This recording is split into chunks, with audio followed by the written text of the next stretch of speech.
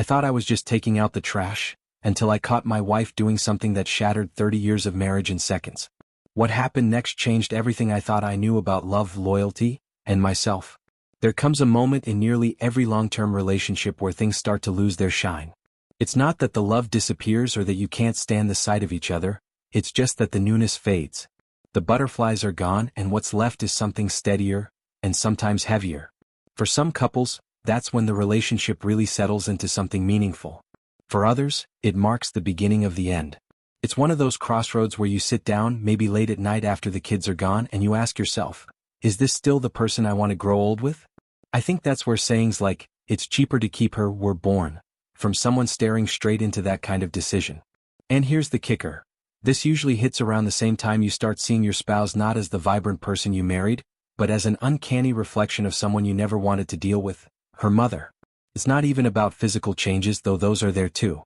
The sweet curves, the soft laugh, the spark, replaced with surgical upgrades and routines you don't recognize or desire.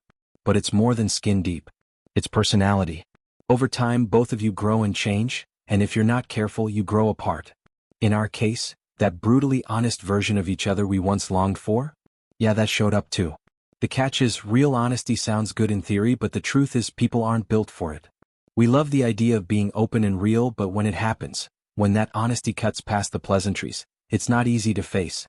You start realizing all the little lies you used to tell out of love were actually part of what kept the bond intact.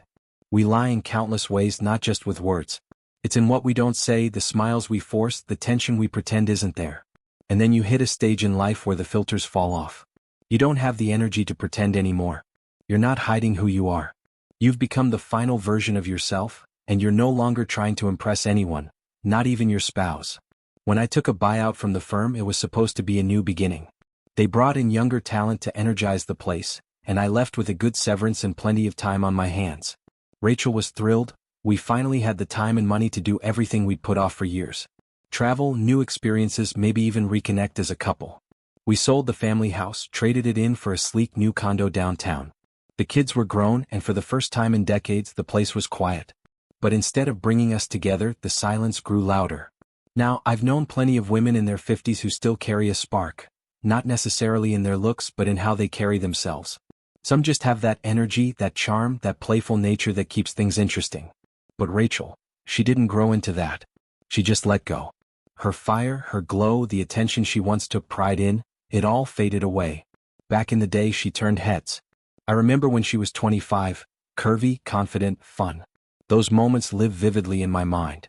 But now, it feels like I'm living with a stranger, or worse, a memory of someone who's long gone. You know what's funny? Rachel still has the same body measurements she had when we were in our 20s. The numbers haven't changed, but the shape sure has. It's not about the math. It's the geometry. Somehow, in her mind, she's frozen in time, convinced she still looks like the young woman I married. Meanwhile, I'm standing in the kitchen surrounded by candy wrappers and empty chip bags because, for reasons I still don't understand, Rachel always claimed that no woman should have to take out the trash. She used to joke there had to be a law against it somewhere, written into some sacred book of marriage rules. And yet, it was the garbage that finally broke us. I know how ridiculous that sounds. After years of shared memories, holidays, raising kids, it all came down to a trash bag. But sometimes, it's the little things that carry the biggest weight. One Saturday morning, she walked in and told me to take it out. Simple as that. She'd packed the cans full, left it until they were bursting, and dropped the demand like it was nothing. And me? I snapped. Not in a loud, dramatic way. Just inside.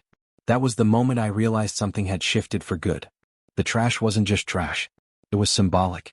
All the quiet resentment, the ignored affection, the lack of appreciation. It all sat in that bag by the door, waiting for me to carry it out like I always did. Without a thank you. Without her even thinking about it. We were a couple that used to laugh at the idea of Valentine's Day. We'd say that after all these years, if you didn't already know I loved you, then candy hearts and dinner reservations weren't going to fix that. But that year something was different. For once I'd actually planned ahead. No gas station roses. No half-hearted cards. I was genuinely excited to surprise her. But deep down, I think I already knew I was trying to fix something that was already broken. That same week, something happened that knocked the wind out of me. I don't know how else to say it. I saw something I wasn't supposed to see. It was fast. Quick enough that if I had blinked, I might have missed it. But I didn't. Rachel was outside and she didn't know I was watching from the parking garage. She leaned into a man's car window. A man I didn't recognize. Their conversation seemed too familiar. Then she walked off like nothing had happened. I don't even remember running back up the stairs. I just remember sitting in front of the TV, heart pounding, trying to make sense of what I just witnessed. Rachel came through the door not 2 minutes later. Calm. Unbothered. Like she'd just been out grabbing milk. She didn't seem nervous or extra friendly, which honestly made it worse. If I hadn't seen it myself, I wouldn't have suspected a thing. And maybe that's the truth no one wants to admit. When it comes to deception, women are just better at it. The next day, I gave her a ride somewhere. One of her old coworkers needed help getting home from the store or something. Rachel took my arm as we walked to the car, all smiles. If it weren't for you, she said, I'd be in real trouble. I smiled back and told her not to mention it. But something inside me had shifted. As the old V8 engine roared to life, shaking the frame of the car like it was waking from a long nap, I realized I was the one who'd been asleep. For years. Maybe even decades. And now, I was finally awake. As I eased the car out of the garage, something shifted in me. It wasn't just what I had seen, it was what I hadn't seen that really unsettled me. Rachel hadn't kissed the guy. Not once. There was no hesitation. No slow build. She just walked right up to him like clockwork and it started. No fumbling. No awkward moments. Just routine. Like it wasn't their first time. Probably not their second or third either. That's when it hit me, the trash runs. That's what it had been all along. All those sudden urges to take out the garbage. I thought she was just trying to be helpful, maybe even surprising me for once after years of refusing to touch the stuff. But now I knew better. She wasn't taking the garbage out. She was taking me out of the picture. Out of the truth. I sat there behind the wheel, heart in knots, and let out a bitter laugh as the radio kicked in. Some old R&B tune came on, Liane La Havas, I think, her voice soft and heavy, filling the silence between me and the woman I no longer recognized. About 5 miles from the house, Rachel reached over and took my hand. Just like that. No words. Just her hand finding mine in the dark. I didn't say anything. I didn't pull away either. Maybe I wanted to feel something, or maybe I just didn't want to face the silence. When we pulled into the garage, I heard her exhale like she'd been holding her breath since the moment she sat back in the car. Thanks for the ride, she said quietly, almost as if she was talking to a stranger. I gave her a nod. Don't mention it, I mumbled. I watched her walk away. Something about the way her shoulders slumped, her eyes low, made me realize she wasn't the same woman who had kissed me goodbye that morning. In just a few hours, she'd morphed into someone else entirely. Not fierce or confident or stubborn. Just scared. Small. Like a kid who knew she was caught and didn't know what came next. We live in Arizona. Nice enough place at least until summer rolls around and everything melts if you stand still too long. On a cooler day you start thinking clearly again. And that morning I was thinking about everything. Everything I'd missed. Everything she thought I hadn't noticed. You okay? She asked as I reached for the door. Yeah, I said. I'll see you when I get back. She looked stunned. Like she hadn't expected that. Like she was waiting for a fight that didn't come. That's when it started making sense. She knew I had planned something for Valentine's Day. I'd gotten her a bracelet weeks ago, something simple but thoughtful. I hadn't even told her about it yet. So how did she know? Then it hit me, Karen. Her best friend with a mouth like a running faucet. She must have spilled the beans. Rachel had been acting like it was Christmas all week. And that morning? She walked into the room wearing this sheer robe and a lingerie set that looked like it came out of a catalog. There was a lace top clinging to her waist like it had something to prove, makeup perfectly applied, hair curled just enough to say I tried. She still looked good, I'll admit. Not like before, but not bad either. Just, not mine anymore. I'm heading out for a bit, I said, grabbing my coat. Jimmy McDonald's retiring. We're taking him to lunch at the club. She didn't say much. Just nodded. Right then my old buddy from the golf club, Doug, called. He's a lawyer and the kind of guy who turns everything into a punchline. What do you need this shady attorney to do now, Your Honor? He asked, laughing like he didn't have a clue what kind of day I was having. And you know what? At that point I almost laughed too.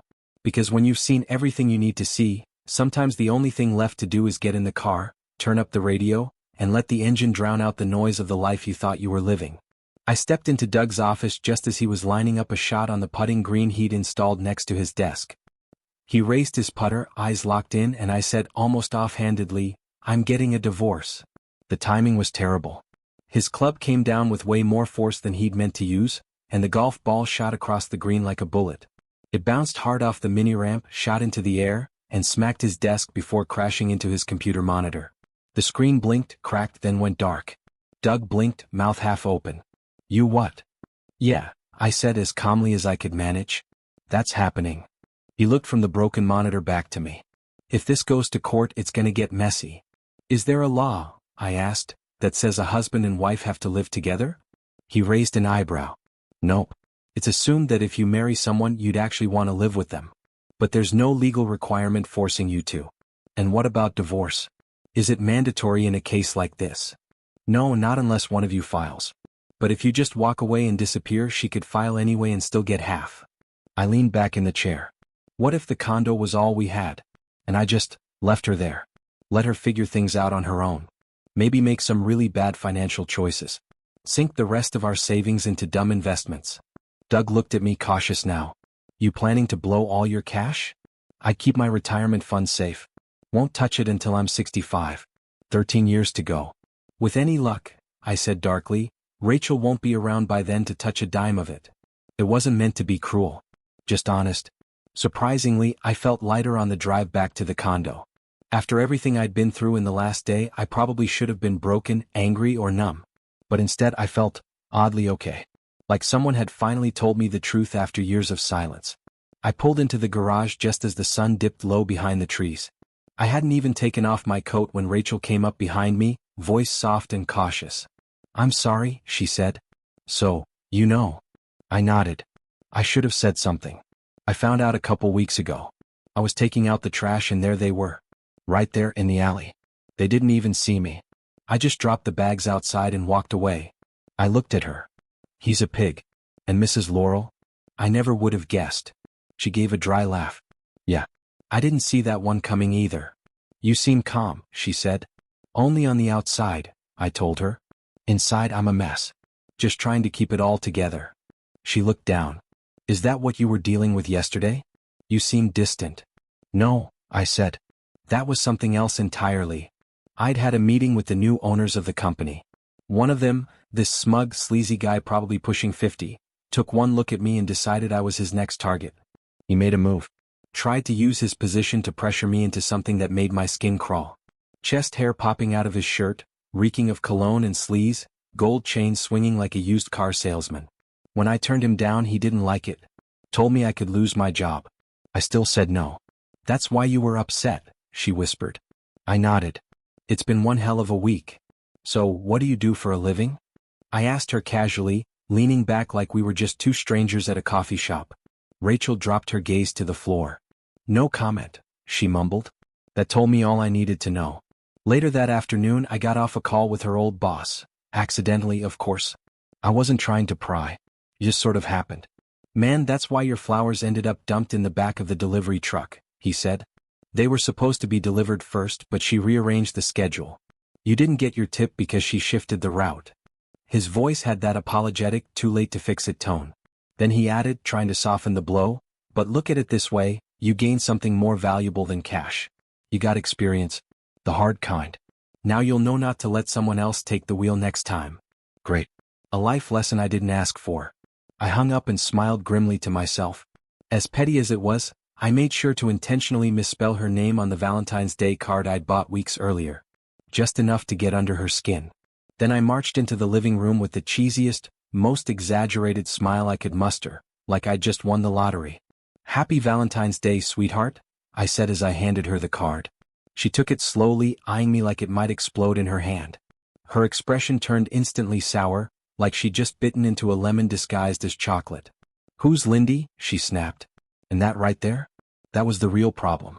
5 minutes ago, I said, you couldn't remember the last time I did something nice for you. Now you're worried I'm doing it for someone else." The rest of the day played out in icy silence. That night, around midnight, she climbed into bed wearing a nightgown so thick I honestly thought she was suiting up for battle. She stayed as close to the edge of the mattress as physics would allow and tried to yank every last inch of blanket over to her side. Her anger radiated like heat, like she might just combust from sheer indignation. I had to bite the inside of my cheek to keep from laughing. The next morning, I woke up early and started prepping for my run, Just needed a moment alone, some clarity. As I reached into the fridge for a banana, Rachel stormed into the kitchen, still fuming. She was making calls, to who I didn't ask. I heard names like Dino and Stanley get thrown around, but I didn't care. Maybe they were real. Maybe they weren't. I wasn't about to start keeping track of her aliases or alibis. By the time I received the third video, yeah, I'd been sent a few by then, it was clear. I had to go. I'd already moved the money. Every penny from every joint account had been quietly redirected. I found a new place just 2 miles away. Nothing fancy, just enough space to breathe. I packed up only the things that mattered: clothes, keepsakes, documents. I left the rest behind. This wasn't a dramatic exit. It wasn't a grand finale. It was just a man walking away from a story that stopped making sense. I wanted the new place to feel like mine. Not just a spot to crash, but a place that actually felt like home. So I started making little changes, hung up some pictures, bought a proper coffee table instead of using boxes. I even had Dahlia over a few times. She's been a good friend through all this. One evening over takeout, she told me how much she was enjoying her new job. Said it gave her a sense of control again, something she hadn't felt in a while. She'd been through her own share of rough patches. Some physical, some financial. She'd taken a loan, one she couldn't keep up with. Between the payments and trying to juggle bills, she ended up getting evicted. Turns out, she'd signed over the lease responsibility without realizing what she was actually committing to. When she talked to a lawyer, he just shook his head and told her bluntly she'd been tricked. But there wasn't much they could do now. Rachel, meanwhile, had tried to tell the finance company I was responsible for the condo's loan, not her. But they pointed to the paperwork she had willingly signed. Her name, her agreement. Her problem. The lawyer she eventually hired begged her to file for divorce. Not because it would fix the mess, but because it was the only way to stop digging deeper. And me? I wasn't exactly pounding the pavement every day like I used to. Age does that to you. I had to be smart about it. My routine became a mix of slow, steady runs during the week and 1 or 2 tougher efforts when I had the energy. Some days I'd head to the track for speed work. Other times I'd tackle a hill circuit to shake things up. Sundays became my long run day. Even though I wasn't training for anything specific, I liked having something to structure my week around. Evenings were quieter. A lot of time spent stretched out on the couch, flipping through shows, reading, or just staring at the ceiling, thinking. One night, Dahlia sat down beside me, a little grin on her face. "I've been thinking," she said, "and I might know someone you should meet." I held up a hand. "Please don't start. Not you too." "What?" "I'm not ready," I said. I just walked away from a 30-year relationship that, by the end, was draining the life out of me. I had to get out just to feel like myself again. I'm still putting the pieces back together. I need to be okay being me for a while. She nodded. "Fair enough. But when you are ready, let me know." A few days later, I was out for my usual run at the park. It was one of those routes I knew so well I could probably do it in my sleep. Every bend, every stretch of cracked sidewalk, every turn was second nature. Until it wasn't. I wasn't paying attention. My mind wandered, and before I knew it, I'd veered just slightly off the trail and ran straight into a tree. I hit the ground like a sack of bricks. My pride probably bruised more than my body. People nearby laughed. Not just a chuckle, full-on laughter like they were watching a comedy sketch. I lay there for a second, then pulled myself up, brushing dirt off my arms. I took one quick look back and caught a glimpse of a woman who was still laughing, covering her mouth like it would make it less obvious. Then I started running again, not even sure why I was smiling to myself. Maybe it was because, for the first time in a long time, I was running for me. There are memories I carry like scars, etched so deep I don't even try to forget them. One of the strongest is the sight of her face, hand half covering her mouth in shock, her eyes lighting up with a kind of joy that, honestly, ruined me for anyone else. Rachel had that effect. She could drive me crazy and make me fall for her in the same breath. It reminds me of those stories you sometimes read, where some older guy stumbles into love with a woman way too young for him. They get married, live some fairy tale life, and it all works out because supposedly he's kind to her. Every time I read one, I wonder, what do they even talk about? Love, sure. But beyond that? He probably talks about Van Halen in their prime, and she might think Britney Spears is old school. I love my car too, but I'm not about to marry it. At some point, connection has to mean more than novelty. Lately, the absence of that spark, the longing for it, was starting to wear on me. I hadn't seen the woman from the park again, and somehow, that small disappointment was eating away at me more than I expected. That's when Dahlia started pushing again. She told me her grandmother might be someone worth meeting. Just dinner, she said. It'd mean a lot to me if you'd go. I figured why not?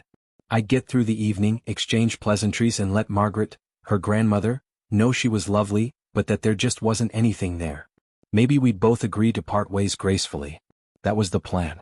Dahlia wanted this for her birthday, so I made reservations at a quiet, well-lit place with good wine and great seafood. I showed up a few minutes early, straightened my jacket and walked toward our table. That's when I saw her. Not Dahlia. The woman from the park, the one I ran into quite literally that afternoon. The one with the laugh that stayed in my head for weeks. She was sitting at my table, smiling and chatting with Dahlia like they were old friends. I froze. "Excuse me," I said, voice half stuck in my throat. "You're in my seat." She looked up and there it was again. That look in her eyes, like a kaleidoscope of blue. It hit me just as hard the second time. She smiled like she remembered everything too. Before I could recover, Dahlia snapped her fingers in front of me. "Is this going to be a problem?" she asked, trying not to laugh. "It's just a chair, Brian." I turned to her, still a little dazed. "Dahlia, your grandmother is the woman I saw at the park." Dahlia looked from me to Margaret, then back again like she was trying to track a tennis match. "So you two, like each other?" Margaret didn't miss a beat. "Quite a lot, actually," she said, still smiling. I nodded. "Yeah, that's fair." The rest of the evening was, well, it was magic. We talked like we'd known each other for years. Margaret was sharp, funny, warm. Nothing like what I expected, everything I didn't know I needed. Dahlia sat back, watching us talk with this half smile on her face like she was seeing something unfold she'd been quietly hoping for all along. I kept wondering how someone like Margaret could already be a grandmother when she looked and carried herself like someone who still had a second act waiting to be written. And as we sat there, making each other laugh and talking about everything from books to barbecue sauce, I realized something else. I wasn't looking for fireworks anymore. I just wanted peace. Connection. A hammock in the backyard, a breeze and someone to talk to when the world got quiet. And for the first time in a long time, I had that again. We were prepping for a good old-fashioned backyard cookout. I grabbed a generous spread of steaks and a few racks of ribs, and Margaret tossed some salmon into the cart. She always made sure we had options.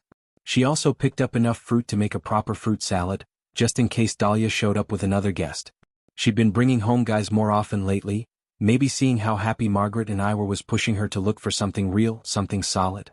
Over the past few months, we'd met a handful of them. Some were nice enough, others, well, they were clearly just trying too hard. Most of them were just repeating the same cycle I'd lived through once. Meet a woman, fall fast, then wake up one day to find yourself in a relationship that feels more like a courtroom than a partnership.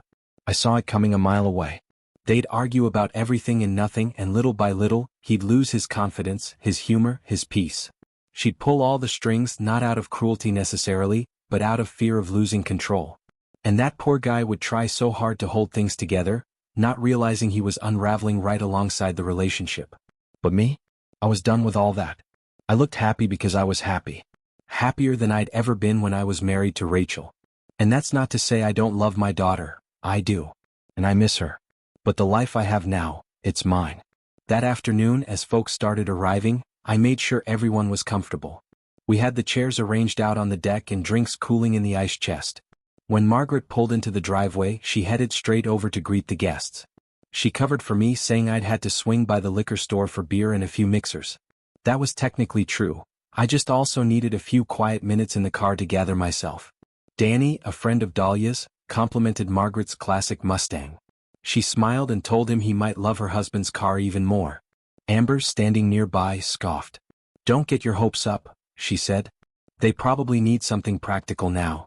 That one stung a little. But then, I saw it in her face. That pain. It was there, plain as day.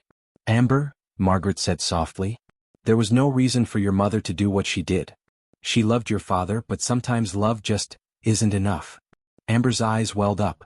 Then the tears spilled over. I held out my arms, and like she was 5 years old again, Amber came running into them. She hugged me tight. "You're still wrong for what you did, Daddy," she whispered through her tears. "I know," I said. "But let's talk about it. All of us." I nodded toward the deck. "Carl, fire up the grill. Dahlia, sweetheart, help with the fruit and whip up some drinks. We're gonna sit down, eat well, and actually talk." Amber sniffed and nodded. "What about Mom?" she asked. I paused. "Maybe she should just lie down in the hammock for a bit," I said. "Let her rest." Amber walked inside and returned with Rachel a few minutes later. Rachel didn't say anything to me, but Margaret offered her a gentle smile. Rachel returned it faintly, and for a split second, there was peace, however fragile. Once everyone was settled, I turned to Amber. "Sweetheart, I need you to know something. I never cheated on your mom. Margaret and I didn't even meet until after the divorce was final. But even if I had met someone, it wouldn't have changed what was already broken." I looked down, then back at my daughter. "It wasn't about love running out. It was about respect, about peace. Your mother and I used to fight about things so small, I can't even remember what they were. But they left scars that didn't go away." Amber looked between the three of us, trying to make sense of it all. I could see her working through it, piecing it together like a puzzle with missing corners. Sometimes healing doesn't come from answers, it comes from finally asking the right questions. And that night, with the scent of steaks on the grill, laughter drifting in from the deck, and the sun dipping behind the trees, I realized something simple and profound. We all survived. And for the first time in a very long time, we were all trying to live again. I guess at some point I stopped seeing the arguments for what they were, petty distractions, and started remembering how deeply I'd loved her. How much I'd endured, not out of duty, but because that love still lived somewhere inside me. But in the end, the only way I knew how to pull my self-respect out of the wreckage was by reclaiming it, from the ones who had stripped it away. And if that meant Rachel and Dino had to lose some of theirs, so be it.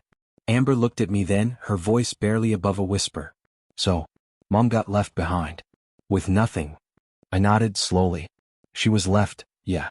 And broke. But more than that, she was lost. She still has these moments, you know? Swings between clarity and confusion. Dips in and out of reality. And all this time you blamed me." "I did," she said. "But it wasn't really your fault, was it?" "No," I said gently. "It was guilt. That's what broke us apart. And maybe now that she knows the truth, why things really ended, she can start putting herself back together." Margaret had been listening quietly from the other side of the patio, her eyes soft, her hands resting gently in her lap. When she finally spoke, her voice cracked just slightly. "Because you loved me," she said. "And sex was part of that love. But when I heard you tell Amber that you could have just gone out and found someone else, I realized just how much you must have loved me to never do that." I looked at her, my throat tight. "You were never just about sex to me. Not once." "I know," she said, tears welling up. "But I was twisted back then. I made bad choices. At the beginning, being with you, it was the best part of my life. That didn't change. What changed was me.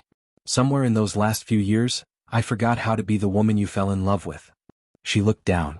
"I needed someone to want me. You didn't, not in the way I needed. And Dino, he knew that. He had control over me. Whenever I annoyed him or bored him, he'd vanish for days. And when he came back, he'd treat me like an object. You saw the videos, he was rough. It wasn't love. It wasn't even pleasure." I sat in silence, heart heavy. "It's over now," I said. "I know," she replied. "But looking back, I can see that maybe I helped shape your mother into what she became.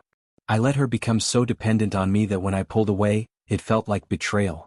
I should have pushed her to have a life of her own, to develop interests and independence. Maybe then control wouldn't have mattered so much. Maybe then she wouldn't have been so angry." I nodded. "And I wasn't perfect either. I was just as stubborn as she was. Eventually we stopped trying to fix things and started trying to win." That's when Margaret, with a sly smile, added, "For the record, I still don't like taking out the trash." We all laughed, even Rachel, who had been sitting quietly nearby. There was something healing in that moment. Something whole. "All right, folks," I said, clapping my hands. "Let's eat." The evening unfolded in the best way possible. We grilled, we drank, we shared stories, and we laughed until our sides hurt. For the first time in a long while, we weren't a fractured group tiptoeing around the past. We were a family, complicated, yes, but a family. I looked across the table at Amber, and she looked back at me. The pain hadn't vanished, but it had lessened.